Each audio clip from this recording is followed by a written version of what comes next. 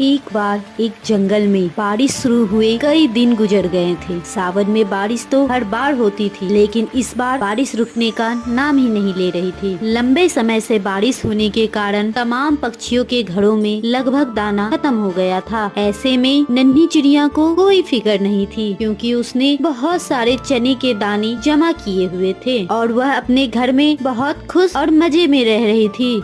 बच्चों, तुम हमेशा पूछा करते थे कि मम्मा आप ये दाने क्यों जमा कर रही हो। अब देखा तुमने मैं क्यों जमा करती थी। देखो कितने दिनों से बारिश रुकने का नाम नहीं ले रही है, लेकिन हमारे घर में कम से कम इतने दाने तो हैं कि हम बारिश के दिन आराम से गुजार सके। जिंदगी गुजारने के लिए हमें बहुत मेहनत करनी पड़ती है। अच्छे दिनों में हमें बुरे दिन में आने वाले संकटों का ध्यान रखना पड़ता है। मैंने ये सब अपने बड़ों से सीखा है और अब तुम्हें ये सब मुझसे सीखना होगा। वो ऐसे बातें कर ही रहे थे कि किसी ने उनके दरवाजे पर जोर जोर से दस्तक दी। मम्मा, ये कौन है? इतनी बारिश में आए हैं। पता नहीं बेटा, मैं देखती हूँ। कौन है? मैं कौवा हूँ, आपके पास वाले पेड़ के पैर पे रहता हूँ। मैं बहुत मुश्किल में हूँ, मेरी मदद करो। मैं तुम्हें अच्छी तरह से जानती हूँ। चालाक कौवे, क्या चाहते हो? मैं बहुत मजबूर होके आपके घर आया हूँ। मेरी बीवी और बच्चे भूखे हैं। ऐसे में अगर आप मेरी मदद करो, कुछ दाने दे दो, तो आपकी बहुत मेहरबानी होगी मुझ पर। मम्मा, वो बहुत मजबूर है, उसकी मदद कर दो। हमारे पास तो खाना है, हमें उसकी मदद करनी चाहिए। रुको बच्चों, मैं देखती हूँ। आ जाओ कौवे, मुझे तुम्हारा सब पता है। कभी तो कोई काम करते नहीं हो, मेहनत करते नहीं हो। जब भी बारिश का समय आता है तो हर साल तुम ऐसे ही मांग मांग कर गुजारा करते हो। अभी मुझे तुम्हारे बच्चों का ख्याल न होता तो मैं कभी भी तुम्हारी मदद न करती। जी, मैं बहुत शर्मिंदा हूँ। ये लो चने के कुछ दाने, इससे तुम्हारे बच्चों का पेट भर जाएगा।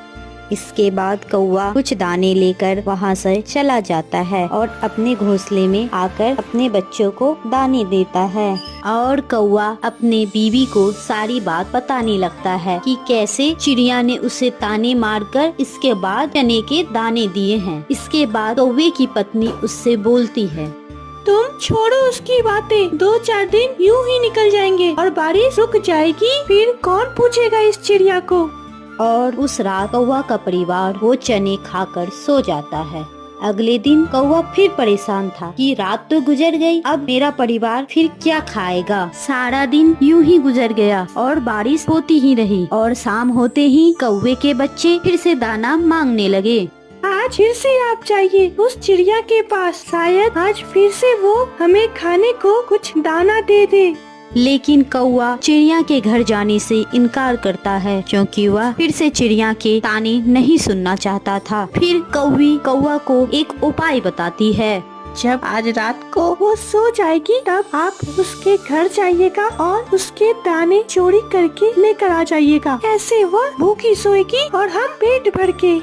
और कौवा रात गहरी होने का इंतजार करने लगता है। लगता है अब चिड़िया सो गई है, अब तुम्हें जाना चाहिए। और कौवा जल्दी से चिड़िया के घर जाता है और खिड़की से उसके घर में घुस जाता है। चने के दाने का तो उसे पहले से पता रहता है। वह जाकर चोरी से उसके दाने उठाने लगता है। ऐसे ही हड़बड़ाहट में जब कौवा दाने चोंच में ले लेकर उठा रहा था तो उसकी पूंछ वहाँ टंगे एक दिए में लग जाती है। उसकी पूंछ में आग लगने की वजह से वह जोर जोर से शोर मचाने लगता है। मेरी पूंछ, मेरी पूंछ, मेरी पूंछ।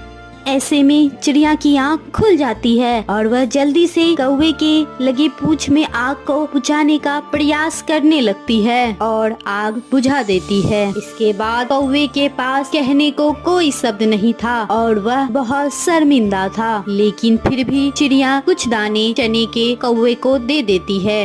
ये लो दाने चने के, अपने बच्चों को खिलाना और घर जाकर अपनी पूंछ पर मरहम पट्टी जरूर कर लेना और आइंदा ऐसा कभी नहीं करना। मेहनत करो, तुम्हें बहुत अच्छा लगेगा। और इसके बाद कौवा भी मेहनत करके जिंदगी बिताने लगता है। आज हमें घोंसले की मरम्मत करनी है। तुम दोनों को मेरे साथ जाना होगा। मम्मा, कहाँ जाना है? झील के पास सूखी घास पड़ी है, आज हमें इकट्ठा करना है अपने घोंसले में। कल से घोंसले की मरम्मत का काम करना होगा। जी मम्मा ठीक है, हमें बहुत मजा आएगा और हमें कुछ नया सीखने को भी मिलेगा। लेकिन मम्मा मेरे कान में बहुत दर्द हो रहा है, मैं सारा दिन कैसे काम कर पाऊंगी? मुझे पहले ही पता था, जब भी हमारे पास कोई काम होता है तुम्हारे कान में उसी वक्त दर्द शुरू हो जाता है। लेकिन तुम ये जान लो, मैं हमेशा तुम्हारे साथ नहीं रहूंगी। कल मेरा बचपन था, फिर जवानी आई और आज मैं बूढ़ी हो गई हूँ और ये सब कुछ मुझे एक सपने की तरह लगता है। मुझे पता ही नहीं चला कि कब इतना समय गुजर गया। अगर तुम ऐसे ही बहाने बनाती रहोगी तो अपनी जिंदगी कैसे गुजारोगी? ये भी तो तुम्हारी बहन ही है ना, सारा दिन मेरे साथ काम करती है और मेरी हर तरह से मदद करती है। चलो मम्मा कोई बात नहीं, अगर मोनी ठीक नहीं है तो उसके हिस्से का काम भी मैं खुद ही कर लूँगी। तुम्हें इतना अच्छा बनने की कोई ज़रूरत नहीं है, मेरा काम तुम करने को रहने ही देना। जब मैं ठीक हो जाऊंगी तो मैं अपना काम खुद ही कर लूँगी। तुम भी किसी बात पर खुश नहीं हो सकती, हर वक्त लड़ाई के मूड में रहती हो।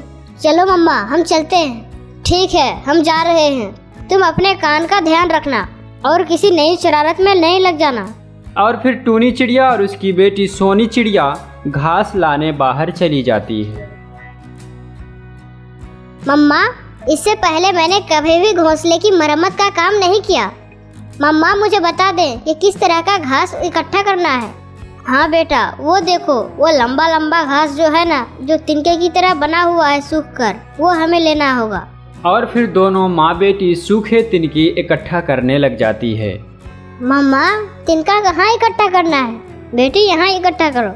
इधर घर पर मोनी चिड़िया मन ही मन बोलती है, बेइज्जती तो करवा ही ली है, चलो थोड़ा घूम लेती हूँ। मम्मा और सोनी तो शाम को आएगी। हाँ कौवे की तरफ जाती हूँ, बूढ़े कौवे को थोड़ा तंग करती हूँ। हेलो बूढ़े अंकल। अपने बोलने का तरीका देखो, ऐसे बुलाते हैं बड़ों को? तुम यही सीख रही हो, तुम हो ही बदतमीज। खैर बताओ क्या काम है तुम्हें?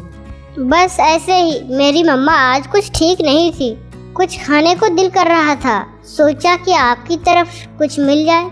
अगर सच में तुम्हारी मम्मा बीमार पड़ी है तो ये लो, एक अमरूद पड़ा है, यही खा लो। थैंक यू बूढ़े अंकल। पेट तो भर गया है, अब शरारत। कौन सी शरारत करूं जिससे थोड़ा मजा भी आ जाए?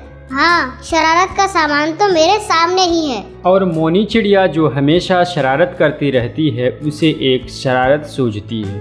वह एक फूल तोड़ती है और उसमें एक लाल मिर्च मसल मसल कर उसे कौवे के पास ले जाती है। अंकल जी धन्यवाद, अमरूद मजे का था।